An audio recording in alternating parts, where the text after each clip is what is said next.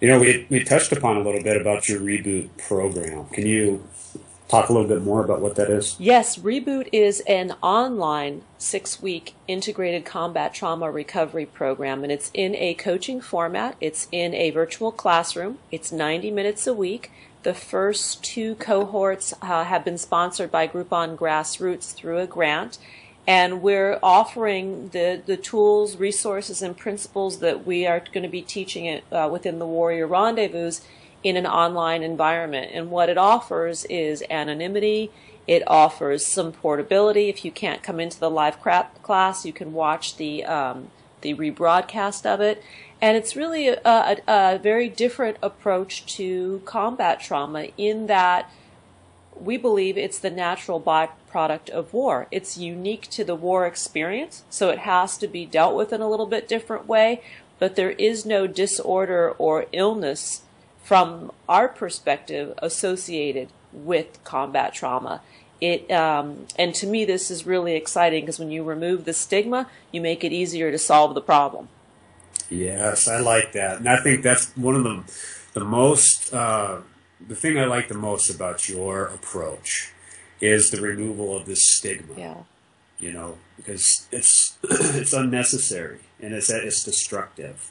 Yes. It forces people away from, to do these things, to take these steps to make this change.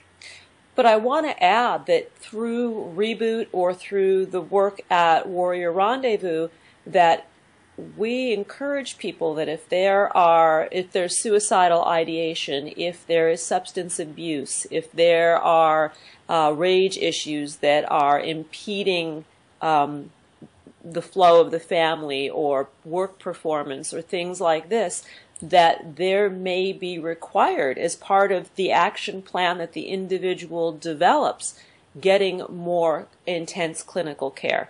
This is not a substitute for medical care or psychiatric care. It's a process by which, if one recognizes that life is not working because there are some serious issues going on, that there needs to be help gained from another area. So it's not a substitute.